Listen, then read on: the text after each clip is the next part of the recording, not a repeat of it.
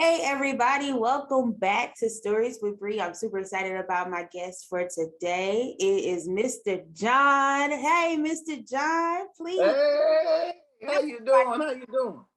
I'm doing well. Tell everybody who you are. Tell them about yourself. Please feel free. Take the time.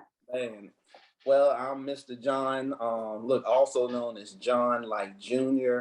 I'm from Richmond, Virginia, which is the capital city. I am a librarian. I'm an author. I'm a storyteller, and I also dabble in genealogy as well. And I Okay. like to kind of put those things, all those things together as much as possible. Right now, my family and I, we're living in Savannah, Georgia. I'm a youth librarian here in the Live Oak Public Library system, and I'm happy to be here. So thank you for having me. Oh, I'm happy for you to be here, and I'm so glad you accepted my invite. I was like, I'm gonna check out Mr. John and see, Yeah, of course. And I saw you had my girl KC on the last time.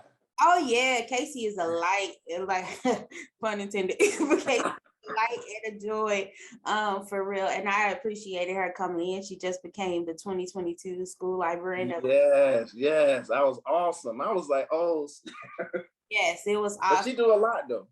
She do, and it was much love. I appreciated her as well. But I've been following you for a while. I think I told you that in the email that I sent. I've been following you for a while now. I've been in spaces with you. You might not have been aware I was there, but I was in spaces with you, and I was like, I'm following you on several of my profiles. So I follow you Mhm. with Bree profile, but I also follow you Yeah, on my personal page too. And yeah. and I was just like, this Black men out here, Black librarians, Black male librarians. First off, you don't see them too often, and proud to be one. And I was like, I definitely have to have a conversation with him. Yes, indeed. And you also have like a children's book series too. Oh, yeah, yeah. Talk about it. We got to talk about it. Just like you, I dabble a little bit in technology as well. I mean, when I say little, little. That's all right. That's all right. That's how it starts. Right, that's how I start because you get interested in this family history and you want to know. Mhm.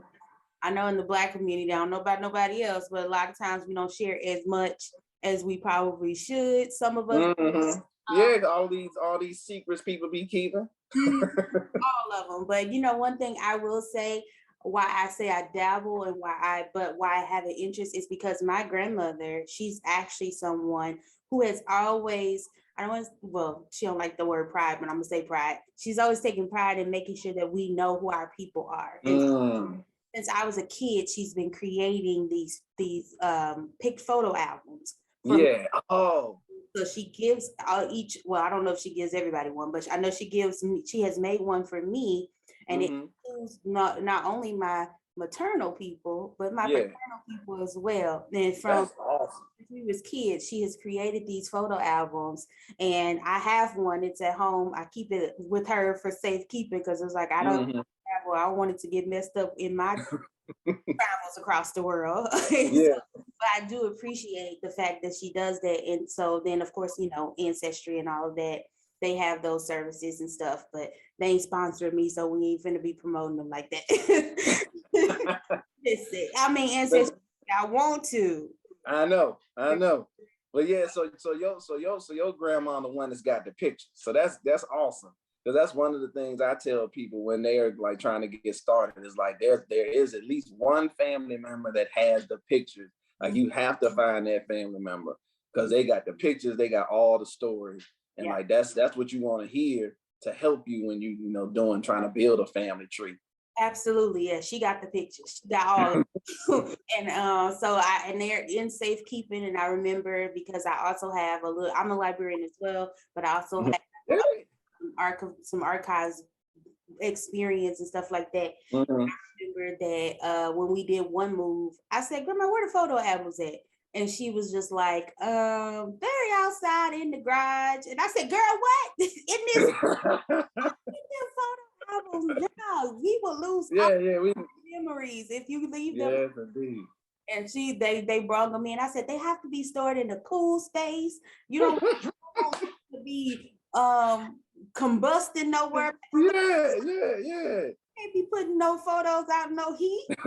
They like, look, there's no, they out there looking, I ain't got space in there for them. Right. They out there boxed up. Like, no, you can't do I know, getting all distorted and faded and everything. Oh my goodness. I said, hurry up. How long have they been out there? Go get them now. It was so funny. But she's like, all right, I'll send somebody out there to get them. But that was the first time ever, because she figured, being in the garage is closed, it's in a good space. But I was like, no, not with this St. Louis heat, because that's where I'm I know. Louis, Illinois. And so it's hot. It get hot and humid. Yeah. Midwest. I said we can't do that. Oh man, it get hot in St. Louis. Oh, it get hot. It get hot in the Midwest. Yes, we be real hot. But that was a fun transition. So you say you work in the public library system in Savannah, Georgia. And I heard Savannah, I've never visited there, but I heard it was a very beautiful, beautiful. Oh yes. It's historical. So it has a lot of some of the same buildings that from hundreds of years. Just it's different because I was living for a time in a place called Woodbridge, which is a suburb basically of DC, even though it's like maybe 25 miles away. It's really like a suburb of DC. And so it never really felt like it had a history, although, all places do, but it just really didn't feel like it had a history. It was just like a lot of places where they created communities for people to come and live. And so one of the draws for me to come to Savannah was that it has like a history, like, during Black History Month, I focused on like people from Savannah that, for Black history, and found this one lady, I forgot her name. I know it's like Miss Lula. No, Miss Rosa. And she was she's a woman back in the 1800s, almost 1900s. And she had became a business owner. She had her own grocery store. She ended up being one of the people that helped start the first African, or one of the first African banks in the nation. And Savannah's bank was the most profitable bank in the nation as far as Black banks are concerned. And and it's like, I could look and find where her house was, and like her house was like, oh, it's on East Henry Street, like it's on Henry Street. And like you could drive by and like, oh, like that was her house. You know what I'm saying? Like that's where she lived. So it was just awesome. It's a great place to be. It's just a lot, like I said, it's a lot of history. We took like one of those trolley tours where they, drive you around and tell you all like the different history of the different buildings around. It's great. And you got the River Street over there. And so, you got, it's just like a lot of fun. It's kind of like, you have history, but then you also have a very artistic area as well. They have an art school here. So it's like old and new coming together, trying to make a difference and come together. It's always a lot going on. Yeah, and you don't know this about me, Mr. John, but I love Black history facts. I love Black history. I love learning about Black culture in different parts of the country. At some point, I'm going to go back to school and possibly try to get a doctorate degree in African American studies. That's man, go ahead. God bless you. Goal of mine. Yes, thank you, because I'm gonna need it. Okay, but that's a goal of mine. So I love to hear about the history of a place. I actually live in Arlington, Virginia. So Virginia, and I think part of my reasoning for always wanting to stay on the East Coast in this part of the country is because it's the oldest part of the country. Mm-hmm. It has so historical relevance and legacy. Of course, some other things that have happened that we talk about that's a part of Black history in regards to this country. But I love the DC area, and I love it because of the buildings, because of the art, because of the old time feeling that comes with it. So I got a feeling that I'm definitely gonna have to come visit Savannah because I love it. Oh yeah, man. I love those tours, those museum tours, Oh yeah, and I'm talking about, you said with the trolley, like, so you in the trolley and they ride you around the city. You know what I'm saying? They ride you around the city. They have a tour guide who's telling you all of these, tidbits, and they make it fun and everything. okay. And it's awesome. It's awesome. And you would look, we didn't got talked about history, but saying that I'm from Richmond, it was a big deal for me to see Robert E. Lee come down, the statue come down off of there, and it was like a lot of controversy between the different communities in Richmond about that coming down. But man, like I never in my wildest dreams thought that I would ever be alive to see that. I just was like, that's there, like that's never gonna go anywhere.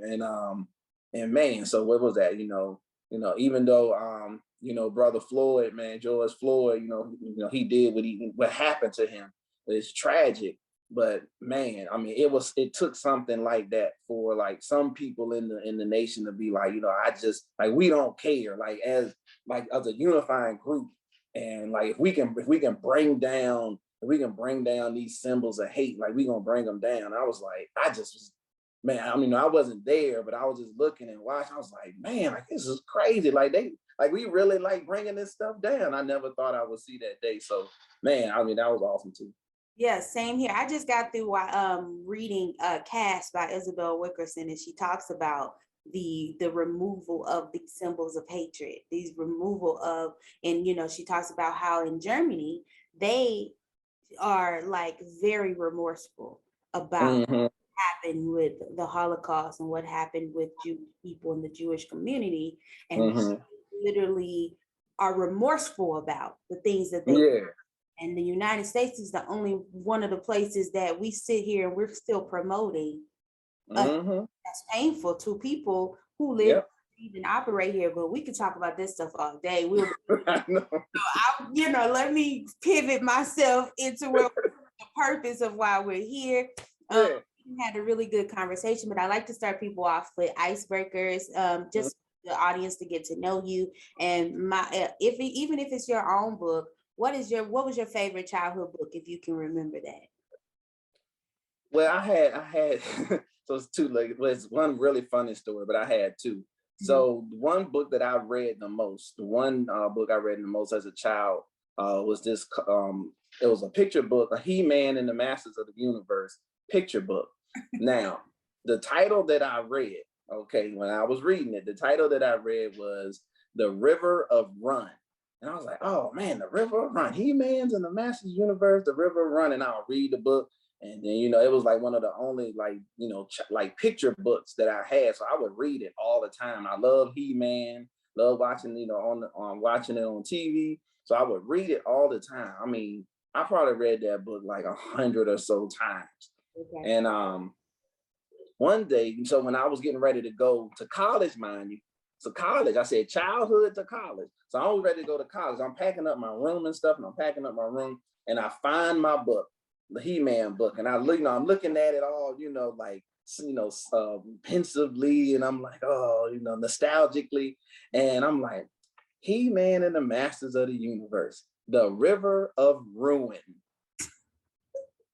I have been reading Run for 15 years, okay?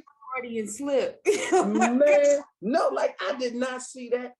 So I was like, man, I had a little dyslexia. I took that eye clean out of there every single time. And when I was sitting there, I was like, oh my God.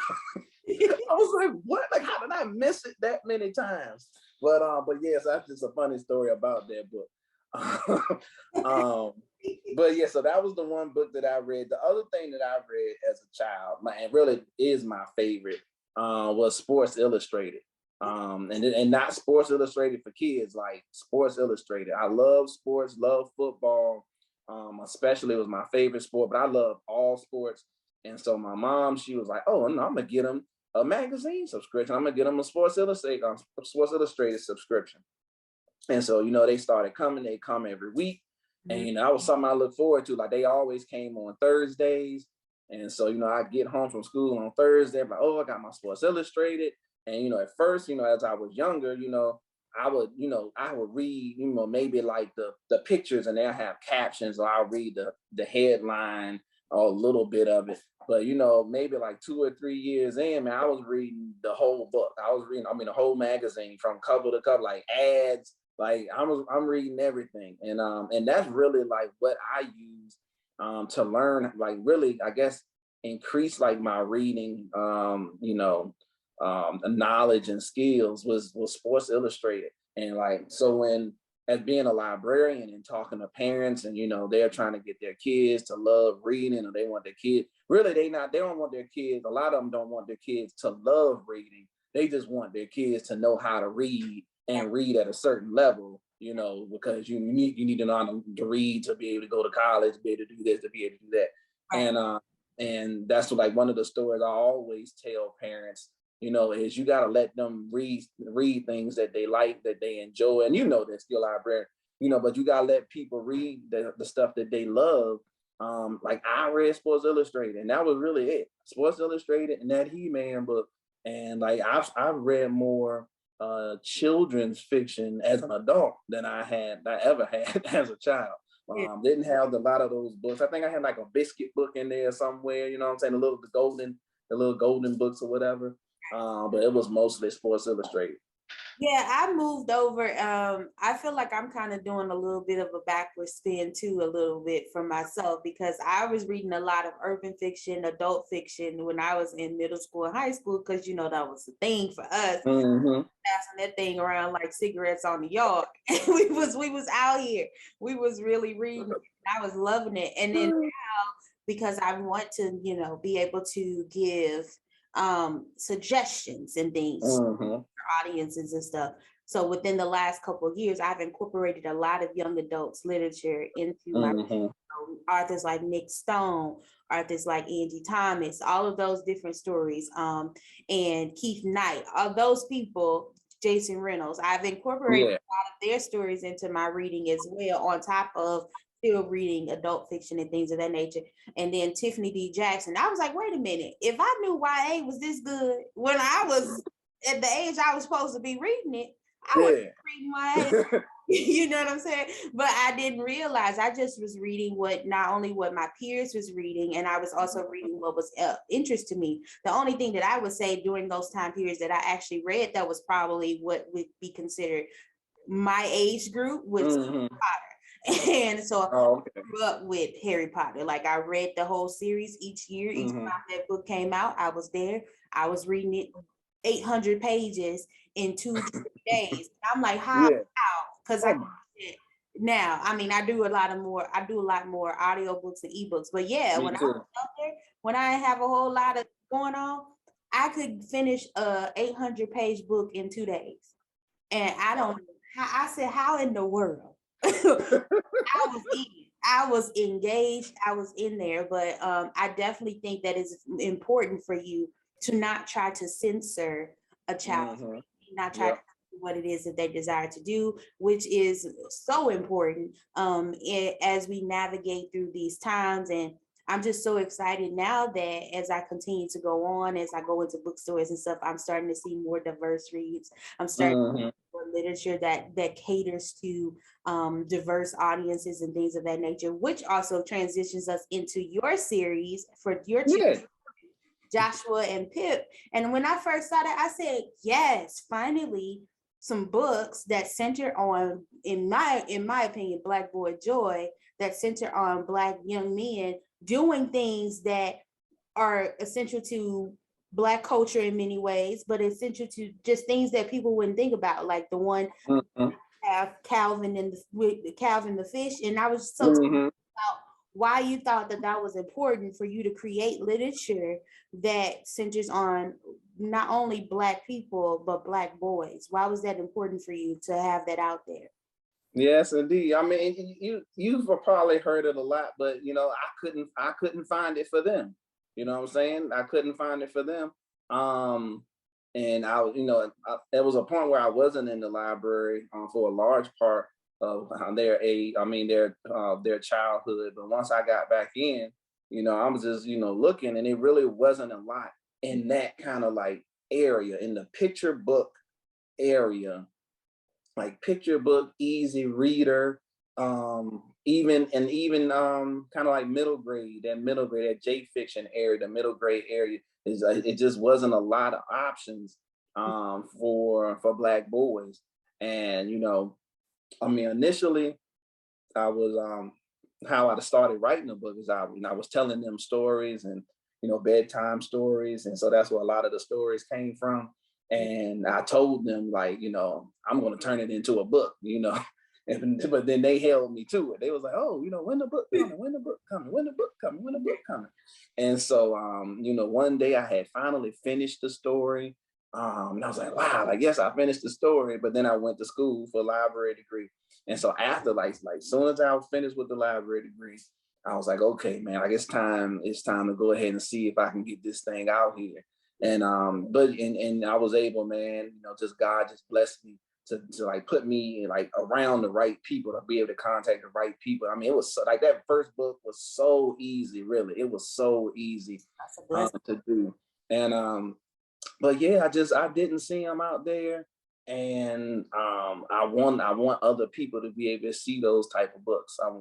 And that's really that main reason. And also, like you were saying, you want to make suggestions. Like I was in a library, very diverse, many ethnicities, many cultures came to the library that I was working at the time.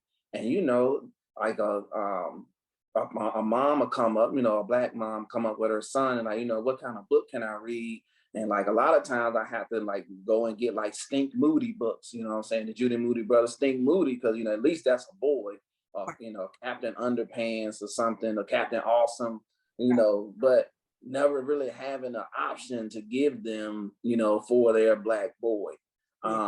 So that was like the main reason why I decided to create my book.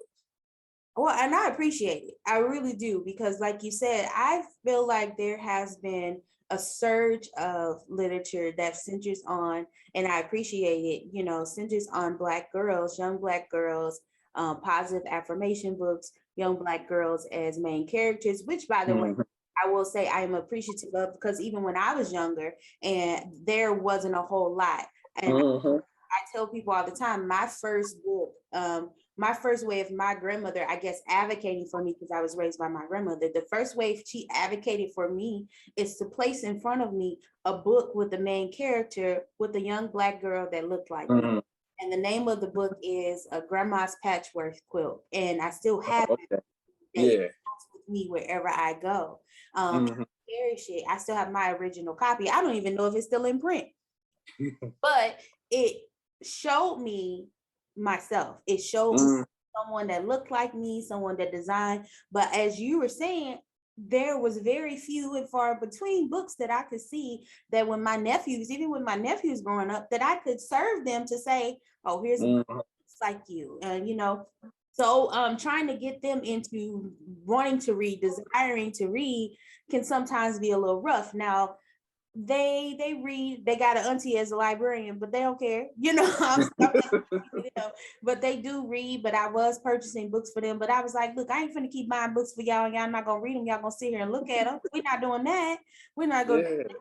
But like you said, just giving kids something that they're interested in, something that they desire to see, because it's important for them to see themselves. And as I walk through, like I said, the bookstores, as I look at Amazon, as I go through Bookstagram and go through social media, and I start to see more of these diverse faces, not just Black kids, but like Latin kids, but Asian. And I'm like, yes, we're seeing. And I think that is because our generations, the millennials, the Gen Zers, the people that right up under Gen X, whoever, whatever generation you want to consider yourself, they said, we need something for our children.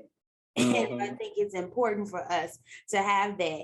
And so as a librarian, you said that you work in youth services, so I can imagine that that's super important. But how long have you worked in libraries? How long have you been a degree librarian? So I first started in the library in college for work study. I did that for 2 years. I was working like in serials, like behind the scenes serials department, magazines and journals, doing binding and all of that type of stuff, all the newspapers. And then when I wanted to get like a full-time job, like I need a full-time job, I went and worked at Virginia Beach Central Library. And so I was there for about 7 years working in the circulation department. And there was a guy in administration, and he kept saying, you know, John, you should go and get a library degree. You'll do really well, you know, go get a library degree. And I was like, my grades in college were not good at all. I was like afraid of the GRE. And I think I tried to take it once, and that thing, like, you know, it didn't work. Look, it didn't work. I didn't try to take it, so you did better than you attempted. I didn't try. Yeah. No. And so I tried to do that. It didn't work. And I wanted to move up to like the information department, but I kept, you know, I would never get picked for the interviews. So I kind of got defeated on that. And so I kind of just moved off of the library. And I was off of libraries for probably maybe about 7 years, I guess. But then I was working for Geico. I was an underwriter at Geico, and me and the family, we went to a library. Like, oh, let's go get the boys some books from the library. And I walked in the library, and like this, like I'm gonna call it the spirit of librarianship, because it just said, whoa. And I was like, it feels good to be in here. Yeah. Like it feels really good to be in here. Like, man, just like I think I gotta get back here. So once that happened, I was like, oh man, I gotta get in there. And like within about 5 months, maybe, I was back in the library. And so that's when I was in Prince William County, and they hired me in the youth services department. And so I worked in the youth services department for about 4 years before I went to go get my librarian degree. And so I just finished it. I finished the librarian degree December 2019, and so I've been a certified librarian since 2019, December 2019. But when I came to Savannah is when I actually had a position as a librarian. So I'm a youth librarian now. But before I was like, you know, very high youth services, you know, had the degree, but didn't have the title. And, you know, oh man, I love school. I went to Syracuse University for school. Did it online. I had to go to Syracuse one time for one weekend. That was fun. Loved it. I mean, they just like the foundation that they kind of like built, they like kind of just gave you about what a librarian is, the word librarianship, which I kept saying around the house, and my wife was like, stop saying that word librarianship. But you know, it just just being built up in that system where it was like everybody was just trying to learn. It really wasn't even about like, you know, I gotta pass this class. It was like everybody just about learning how to be a librarian. And so really appreciated that. And so yeah, I've been in and around libraries pretty much my whole adult life, you know, when I can look back on it. But like kind of as I was going through it, like it didn't really seem like, you know, it was like, oh, well, you know, I don't really know. But you know, I look back on it, I'm like, man, you was in the library here, you were at the library there, you know. So I think it was meant for me to be a librarian the whole time. And that coming from someone that never went to the public library in any grade school the first time I went to being in that I was like in a kind of like an outside, I think was in college, really, you know, other than being in your school library, but never went to the public library at all. Okay, interesting. That's very interesting. You know, I've been a degree librarian now since 2016, so it'll be 6 years in 2022. Congratulations. Thank you so much, and congratulations to you on graduating. Because I get excited because we need more people that look like us in the field, and Yes, indeed. advocating for people like us to be in the field. So, and to be a Black man that is a librarian, and to have a degree, and to be like, oh yeah, you can go to school for this. Because being a librarian is cool, as Billy Allen says. Yeah, yeah, Mr. Billy. New cool. Leaders of the new cool. I love that term that he uses, and so it's nice to be a part of this leaders of this new cool that we got going on, and not being what the stereotype of what they consider a librarian, you know, somebody who is normally white, who's normally mean and shushing people and all of these things, these stereotypes that they have about librarians. And then when they see us and we show up and we say, oh, I'm a librarian, they're like, wait, what? Yeah, yeah. I'm a part of this community, this people that are helping you in these spaces. And I, unfortunately, and it will happen at some point, I have not held a position where I have librarian in the title. But I started off working in libraries in undergrad as well, under work. And then I moved on from there to start just kind of like working in library spaces. I've gone through archival spaces and digitization. I'm working in digitization now. So there's a lot of different things that I've moved around in the library world, in different parts of the library world. And like I said, I'm still very much so looking forward to having a position. Yes, indeed. Yes, indeed. The title, and it's gonna come, you know. Yeah, it's coming. It's coming. But it's so important that what you said, it makes a lot of sense. And so I guess I could ask you, since you said you never really visited the library until college, I would assume that you didn't really see people that look like you in the library. No. So the one librarian, when I think of a librarian, it was the librarian like in my elementary school. And she was an old white lady. She had like a lot of face meat, you know what I'm saying? She had like a lot of face, you know what I'm saying? Like it kind of hung a little bit, and she wore glasses. She had white curly hair. And I think she had like a little bit of like Parkinson's, because she shook up, you know, she had like a little shake that happened to her. And like that was like, when I think of librarian in my life, like that's the one that I think of. I remember going to the library in high school, but I don't remember what the librarian looked like. Like that's what a librarian looked like to me. Like that was a librarian. And so never saw it. And really, as I was working in the library in Prince William County, my wife had to bring it up to me. She was like, you know, these kids, you know, haven't seen anybody like you, like being a librarian. And, you know, I was just like having so much fun, you know, being, you know, in youth services and, you know, doing tours and going to schools and working with kids and, you know, doing story times. Like I was just having so much fun. Like I wasn't even thinking about like that visual impact of me showing up.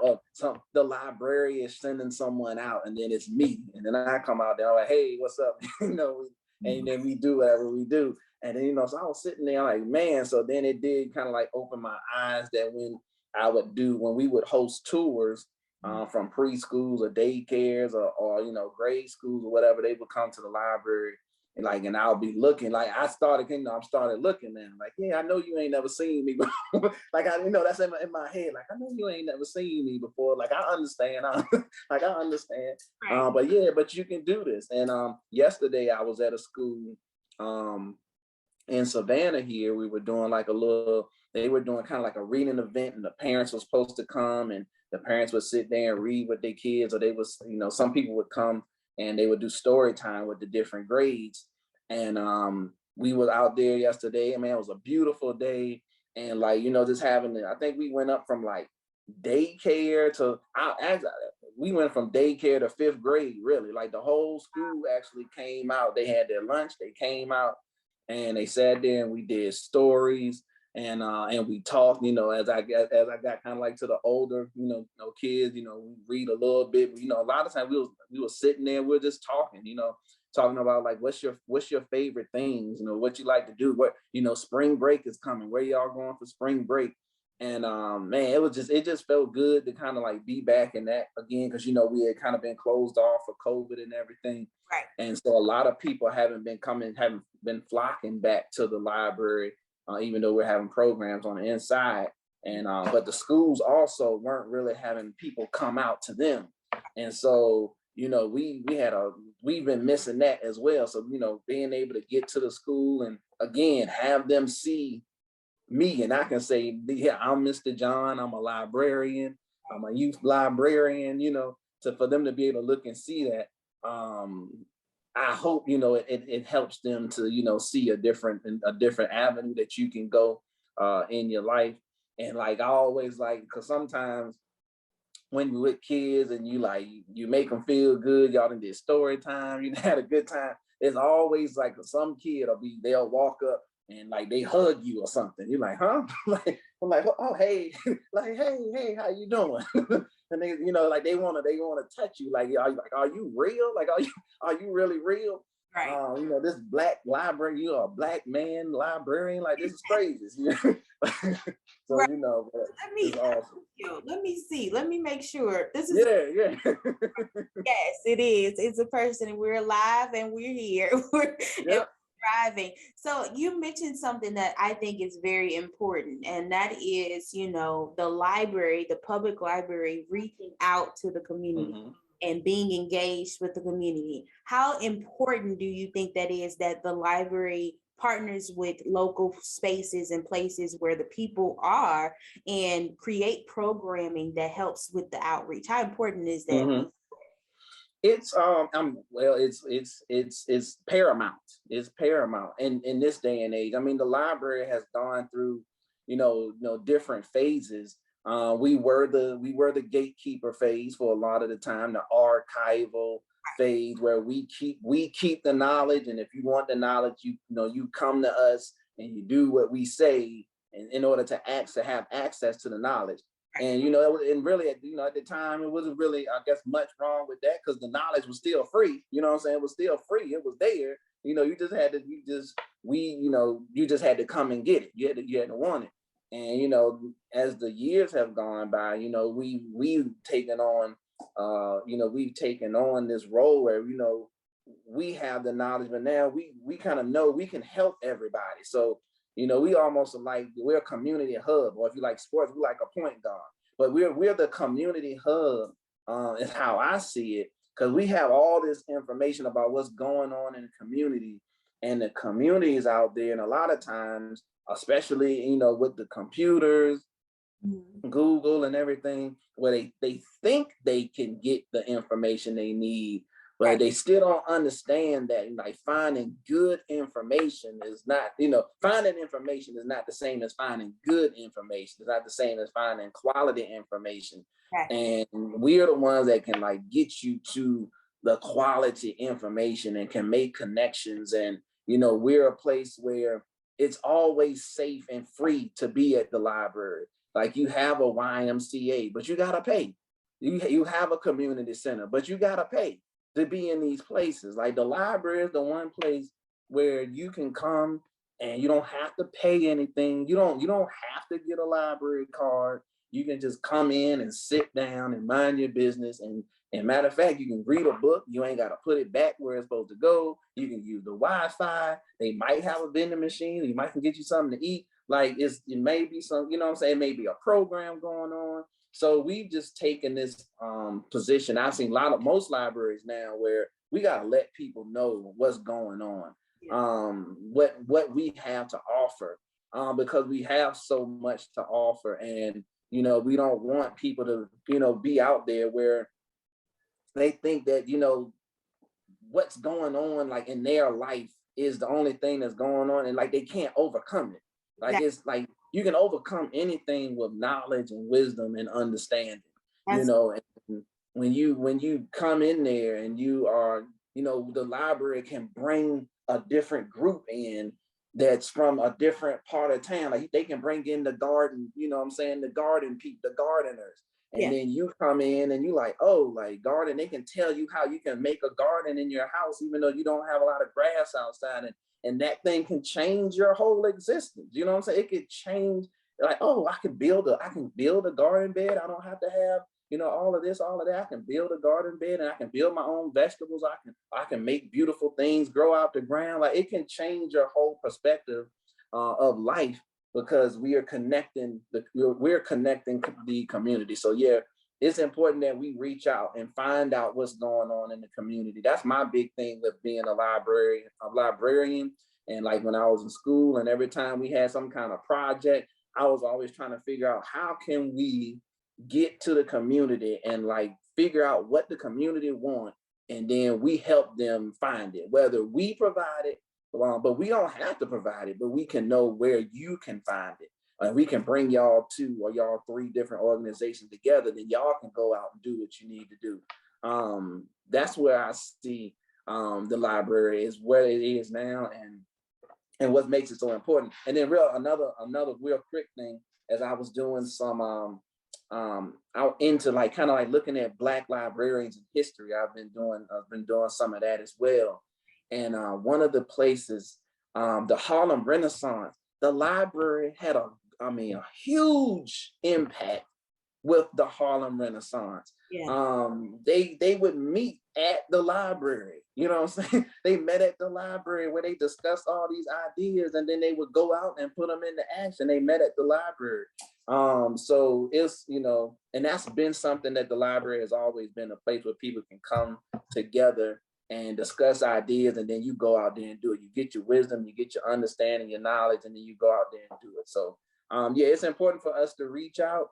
And I think the more that we reach out and try to find people, especially those who aren't being served, and serve them, it's the best thing for the community. Like I feel like, the library is gonna be here, but it's best for the community when they're actively using the library.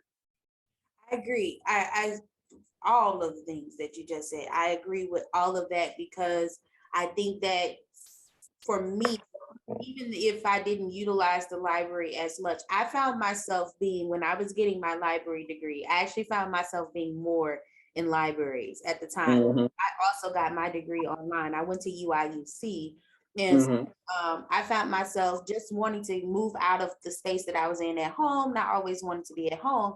I would mm-hmm. utilize public libraries to take my classes and to do classwork and things of that nature. So I found myself skipping around and hopping around to the different public libraries in my area. So mm-hmm. at the time, it was like the Belleville Public Library, Edwardsville, and then, because I was still living in Illinois at the time, and so mm-hmm. St. Louis Public Library, I would go into these different spaces, and each library had this unique sense of purpose. Each one did different things. Each one had either had something going on or maybe not had anything going on, but I appreciated that I could get into a space where I could build community and just be mm-hmm. around people and not necessarily be active or talking or communicating, mm-hmm. but being in a public space where I just feel secure to be around people. It's a safe space where I can just and having the ability to churn ideas and think about ideas. Like, I often times on weekends that I go to the library. That's my form of self-care. Being around books, surrounding around books, and growing up with books. Everywhere I go, books have to go with me. I create my own library like spaces. Yeah. So no wonder I became a librarian. Like, I've been cultivating this thing for my entire life. Yeah. And so having that ability to be able to go, like you said, to have access to materials. One of my things that I've been doing, because I have always been a book buyer, but I was buying books, I was not reading the books. Yeah. So I was like, you need to pivot. You need to start utilizing your library cards, which is why I have library cards right now, and for 3 different library systems. But that's the only place in the world that you can do that for free. Yeah, absolutely free. I do have one library card that I did have to pay for, and that was just because I was living in a different state. Mm-hmm. Like $15 a year. That's the only place that you can get this access to all of this information for free. Yeah, life, and it's life changing. You know what I'm saying? Life. The thing is not that like every book. It's not like every book or resource you use is going to be life changing. But I mean, man, when you find it, it's like it's a life changing books, man. Life changing information, because it don't always have to be books, but I mean, a lot of times it ends up being life changing. Yeah, and I remember a couple of years ago, Pew Research put out a study to say that the library was one of the top trusted places for people across the board. This is a space where they still trust that the information that they receive from there is valid. It's not, it's not just opinionated. And I was like, oh, y'all appreciate us like that. I thank you. And like where people were considered a trusted source of information. I was like, oh, thank you. I tried, Yes, indeed. Yes, indeed. myself to be a part of that tribe, and I will say that I have, even though I've always, for some reason, been the information person and family, people know who to call when they need to know something or how to do something. And I've always been one of those people that happened to be on the line. But it was one after I got my library degree, I said, oh, I really have become the family librarian. Y'all won't let me live. So even though I ain't never had no job with the title in it, I use my degree every day. You a librarian. What's the 14th planet from the sun? You a librarian. Exactly. Look, and then on top of me getting my library degree, I always make this joke that I got my library degree, and my grandmother automatically assumed that made me a publisher too. And so, but I actually am now a book publisher because pushed me into that space. And I was like, I never even thought about this for real. I've always known that, I'm an author, a publisher, and a librarian, but I've always known that I wanted to write books and stuff like that. I never thought about being a publisher. Other people publish, but once she challenged me into and pushed me into a cultivated space and was like, oh, Brittany can do that. I was like, I can. Brittany, you tell you how to get your book out. I was like, I can't. Like, man, what? Like, what we doing? But that actually, opened the door for me to start publishing and start helping people and start teaching people how to publish, how to self-publish, how to become independent artists, how to understand the resources and navigate those spaces. And I've been doing so. I'm holding a couple. Yes, indeed. I'm doing a couple of things, and so it has always been a joy, though. But had I not had that research experience, had I not had the access to the library, I wouldn't be able to do the publishing job, because my library degree, my library access, my access to information is what how to give people the information that they need to not only publish books, but try to maximize the cost or minimize the cost for publishing. So you can get quality content. So now I can tell you what sites to go to get this, what you can get for free, what's open source information, all of these things. You find this information in the library. and it's and I was gonna say similarly, how you were saying how you end up getting into publishing. I ended up being able to become an author because working at the library, having to do story time and doing story times and kind of reading the books and kind of like finding the rhythm there. And then I had a desire to say, I was like, what, I want to be able to tell a story without, having a book. And so I was like, okay, well, let me look around. And I looked on YouTube and found a lady named Jan Blake. And, of course, there's a lot of fables and, folk tale books in the library. And so having that, becoming a storyteller and having that experience of telling a story, I was like, oh, I know the rhythm of a book, of a story. I could write a kid's book because it was crazy because I always will try to write a book. And I was always trying to write like a novel. You know what I'm saying? Like you say, I'm gonna write a book, so it's automatically means you're gonna write a novel. Exactly. And then I was like, hold on, like I could write a book. I could write a book about the stories I used to tell. You know what I'm saying? So then I was like, boop, boop, boop, and it was so easy. Like once the switch flipped for me. It was like, oh, and it was like boop, boop, boop, did it. And it was like, man, but if I didn't have like that, that access to information and knowledge to know where to go to find information, you know what I'm saying? That I'll probably still be saying, oh, let me see, I'll try to get the book out there, you know what I'm saying? But it gave me the confidence. It gave me the confidence, like, man, you can do this, like you can do it. So. And then I feel like for me, having my library degree, having this information gave me a little bit more credibility as a publisher, because it was like, oh, well, she has credence, she has skin in the game, she knows how how books are formed, or how they're ordered, how they're purchased. She knows this, how they're put together. Because I have always been a person, and I know some people might think it's weird, but when I read a book, I read the whole book, cover to cover. I'm looking to see who's publishing the book. I'm looking at the LCCN number, and I've always done those things. I'm looking at the title verse of the spaces and places that people wouldn't pay attention to. The details. Yeah, you're looking at all that. I'm looking at all that, and I've always done that. And so then when this opportunity came up to switch into becoming a publisher, I was like, oh, I've been building my arsenal of this information all this time. And so now I'm gonna use that information to kind of like be successful in this other space. And slowly building, slowly but surely, but slow and steady wins the race, and that's going well. And I'm super excited about all of the authors that I've helped so far and the ones that are coming. Because I also don't consider myself, I kind of operate my publishing business, and to some people they be like, well, you losing money that way, but no, I don't think so. What God has for me. And so I operate my publishing company kind of like a library, is where I literally, they might have to pay like a small fee, but the information, I tell them what I do, I show them how to use the systems, everything that I do. And then after we're done, I also encourage or convince them as to why we could partner with this together, or they come to that consensus of their own after I done told them that I'm having to try to make this happen. They were like, wait a minute, now listen, I think I just want to be the author. Can I pay you to do this for me? Absolutely. By all means.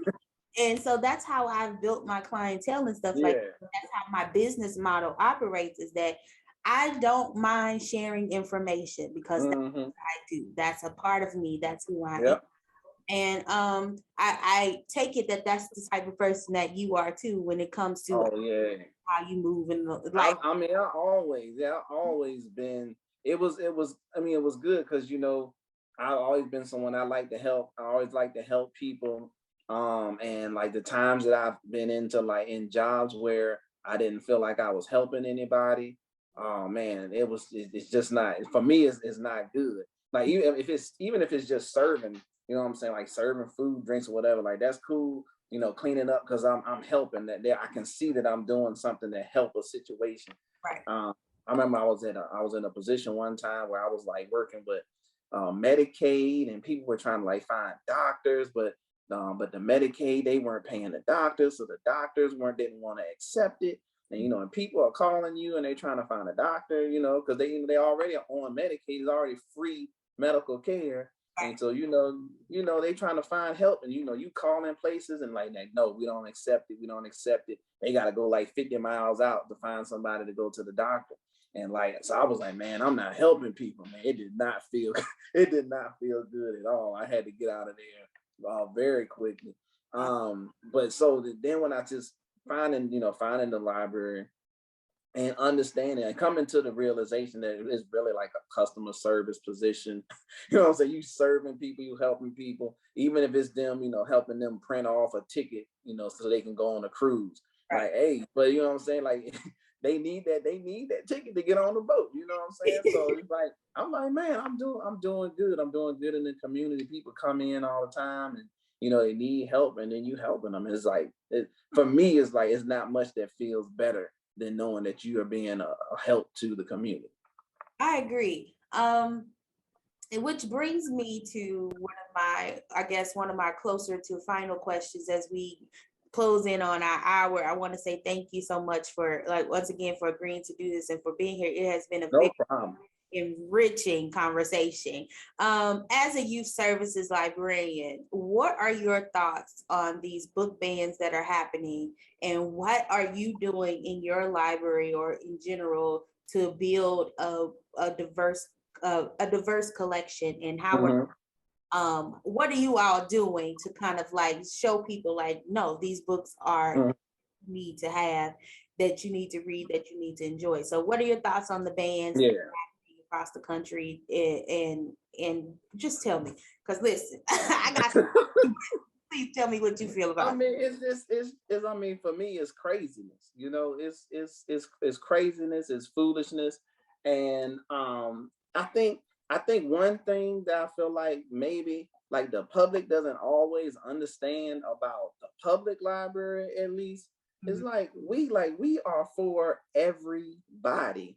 Like, so to like, I mean, for everybody. Everybody's everybody. Like, we not banning, we're not gonna ban anything, we're not gonna stop anybody from doing, like, we let you come in and do whatever you want to do as long as you're not disruptive. You know what I'm saying? So it's like, we're the last place that's gonna be for banning anything. Like, and again, like, if you were to do something like that, the first thing we end up doing is that, oh, well, where's the book then? We'll put it at the front door. You know what I'm saying? We'll put it at the front door for you. You know what I'm saying? Like my brother that I follow on his page, I think he's Michael T3 or something. Another Black Librarian out in California. He was making reels about book bans. He was like, oh, he had the anti-racist baby book right there. Like, oh, we're gonna put it right there in the front. I mean, it's foolishness, and I think they just, it's just like fear. You know what I'm saying? Fear, and it's like, you can't. That's not even how you really fix stuff, man. You don't fix things by like trying to take it away and like have people not experience it. They're like, you know what I'm saying? When you learned about hot, what's the easiest way to learn about hot? Experience. Hot and cold. Oh, that's hot. You know what I'm saying? That's hot. Now if you just keep touching, then now you're not really learning or whatever. But you gotta give people, you gotta give people, let them learn. You gotta let people learn. Okay, you gotta let people learn. You can't try to ban, you can't try to hide it. I would rather read all of the information and then make my own decision than for you to say, no, you can't, you know what I'm saying? You can't read this, you can't do this. And then I feel like I'm missing something. You know what I'm saying? I'm missing something, and I don't feel like I'm not convicted in what I believe in, because there's something out there that, I need to bounce it off, whether I'm going to believe in that or not. You know what I'm saying? I still need to experience, I still need to read it and see like, oh, well, you know what? I don't believe in that. I believe I'm affirmed in my position now. Or if not, if it's something like, oh, well, I do agree. And so now that's who I am. And that's kind of like where I'm going to move. So, I think it's foolishness. It's fear-based. And, fear-based is just not a good way to really go about learning and gaining knowledge and understanding. And so for us, we are just like most libraries, but I'm assuming really, but here's the thing: when I got to my current library, which is on, it's on an island, and it's really like 90% white people there. Man, I went in there, and you wouldn't be able to tell it. Man, it was so many books, so many books with people of color, and just different lifestyles, different living, like everywhere. Like I work again. I work for Live Oak Public Library. We do a wonderful job of bringing in books that have diverse views, lifestyles, everything. Like it's everywhere. You know what I'm saying? And so it's there. People, like, you don't have to really ban anything. Like, people, if they want to check it out, they're gonna check it out. If they don't want to check it out, they're not gonna check it out. It's like, it's real easy. It's real easy math to me. But as far as kind of like what I do as well, again, that's why I say I like to try to get in the community and figure out who's in the community. I take a look at like who's coming into the library, and what types of things that they're getting. Like who, do I have families? Do I have a bunch of teens? Like for me, which I do, I have a lot of high school teenagers. But we also have a few parents that come in with their younger children. We have a lot of seniors that come in, and they like kind of like they go and get their books. They like put their books on hold. They're rarely even in there that long, but they check out a lot of books. And so I'm like, so for me, being a youth librarian, I've talked to the teens. Hey, like, what do y'all like to read? Like, I gave them a survey. Like, fill this out. Like, what do you need? What do you like to read? What do you need to see more of? And then I'm going straight to collection management. Like, hey, like this is what my teens are saying. They said they wanted more horror, more horror, and horror fiction or whatever, and we got it. And so that's what I do. I try to find out what the community wants, and I give it to them. Like that's where I go. And that's what you should. And I just feel like if you trying to help people get what they want, like why would they really care that somebody else is getting what, you know what I'm saying? Like I don't know. It take a special kind of person to come in and be like, I don't want this I don't want anybody in my community to read this. Like, you don't even know everybody in your community. Exactly. It's a trip. Check your privilege. It's one of the things I always say. Check your privilege. And I just think it's like you said, it's really disgusting trying to censor people. And I've always said, and I'm going to find out who actually said the original quote, but is that a good library always has something in it that offends someone. Because I've seen that a lot of places too. Yes, I'm gonna find out because I've been quoted it a couple times, so I'm gonna find out who taglined it. But it always has something in the collection that it's there for everybody, because you have all of the opinions, whatever it is that I'm coming to look for, I'm gonna be able to find it. And if I can't find it here, let's do an interlibrary loan so we can get it for you, whatever it is that we need to do. And I definitely agree with you in that regard, to make sure that you are aware and that you have self-awareness and that you stop trying to force your will onto other people. Like, this ain't what this is about. Like, yes, you pay your tax dollars and stuff like that, but we all are paying dollars, and you hardly you don't hardly know everybody in the community. Yeah, like there's people in your family you don't know. Hello. So I agree with you. Like I said, Mr. John, it has been a pleasure. It has been a great hour talking to you, connecting with you, and I definitely will continue to connect and promote your literature, your space, the things that you're doing on social media. Please let the people know where they can follow you at and where they can go pick up your books as well, because y'all need to support this. Well, look, I'm sitting like, where my babies at? Okay, hold on. Yes, take where my babies at. So here's my first baby right here. This is my first baby. That's The Adventures of Joshua and Pip. That was the first one. Well, I said I'm gonna do it, and they said, "Where is it at, Daddy? We've been waiting." And so man, this was the first story that I told my sons. It was like a nighttime story. I was like, I'm gonna make up a story. This is really like the first story. I was like, well, I want to tell them something that's got some morals in it. So I was like, they tried to fly a box down. They had to work together. And so, man, I'm saying the way that this book came through, like I met my illustrator on Instagram, and he was like the best, person to do it, because he knew how to do illustrations. He knew how to do book design. He had already written his own books. I mean, he walked me through the process when he didn't have to do it. You know what I'm saying? So I was just blessed in that regard, because he just kind of walked me through this process. And so that was my first baby there. And then you talked about Calvin the Catfish, because now I was like, well, shoot, I know how to write. I know how to publish a book now. You know what I'm saying? We gonna do this again. You know, and so I just love it. And this kind of like had, because they were born in Savannah. Actually, we was in Savannah for a couple of years and then we left. They were born in Savannah, so this has some dedication, some odes to Savannah, because they were going down the Ogeechee River. They were on the Ogeechee. Okay. And also And then also, this is their grandfather here. They call him Silverback. And then this is Papa Ricky here. Papa Ricky, he passed away from COVID, like from like one of the first months that COVID started. He actually passed away from COVID. And he loved the boys. He loved them. Like, and he was like we call him Papa Ricky. He wasn't even a godfather. He was kind of like a godfather, put it that way. Because he just kind of took them like, these my boys.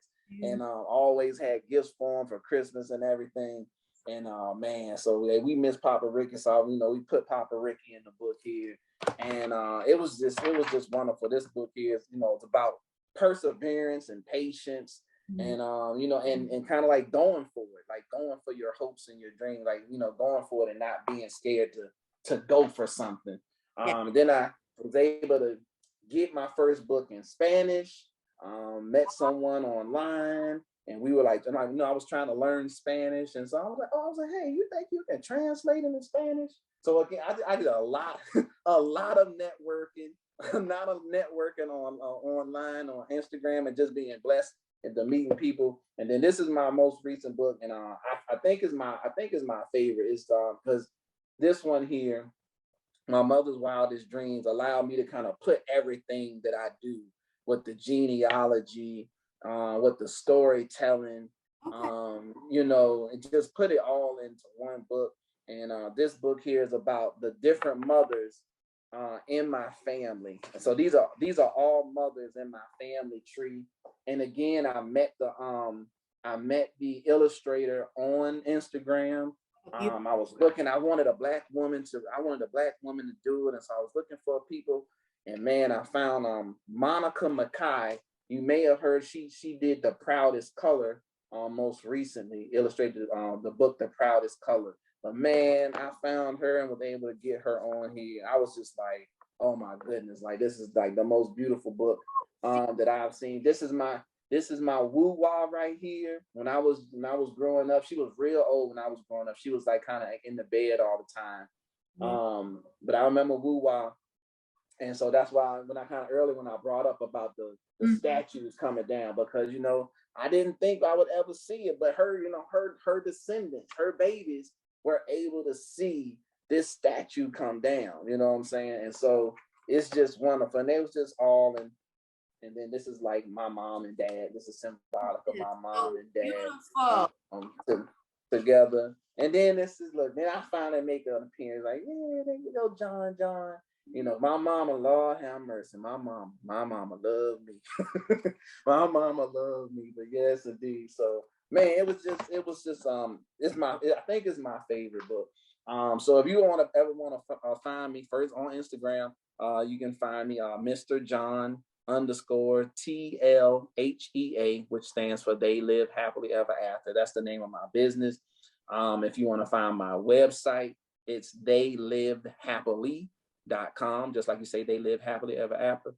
Theylivedhappily.com. I'm on Facebook as They Live Happily Ever After. I'm in LinkedIn as John Light Jr. You can find me. I don't think there's that many of us on there.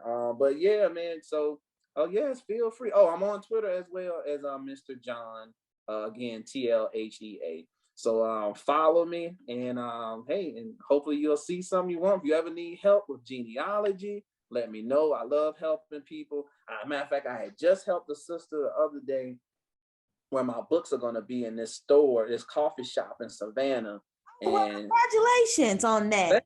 Yes, indeed. And she had she was talking about, I told her about genealogy. She was like, oh, I wanted to know about some of her moms. I was like, well, let me know. And I was able to help her find, like, not only find who the people were, the mothers of the mothers of the mothers, but I also actually able to find pictures of them. And so, I sent that to her, and man, she like made like a little post. I'm gonna post it tomorrow. She said I could repost her post, where she got like her picture, her mom's picture, her grandma's, her great grandma's, her great great grandma's picture, all in a row. And it's just awesome. And so yeah, if anybody need help, let me know. Thank you for offering your services. I'll make sure that all your information is linked in the show notes, because I want you all to support him. I want you to support his books that are out here, and also help Mr. John out with a little few finances. Helping you with your genealogy work too. Yes, indeed. Yes, indeed. Donations here over at Stories with Bree, and I extend that to my guests as well. So I'll make sure that all your links is in the show notes of the YouTube video and the podcast. As always, everybody, thank you so much for being here. Thank you for watching. Hope you have an amazing weekend.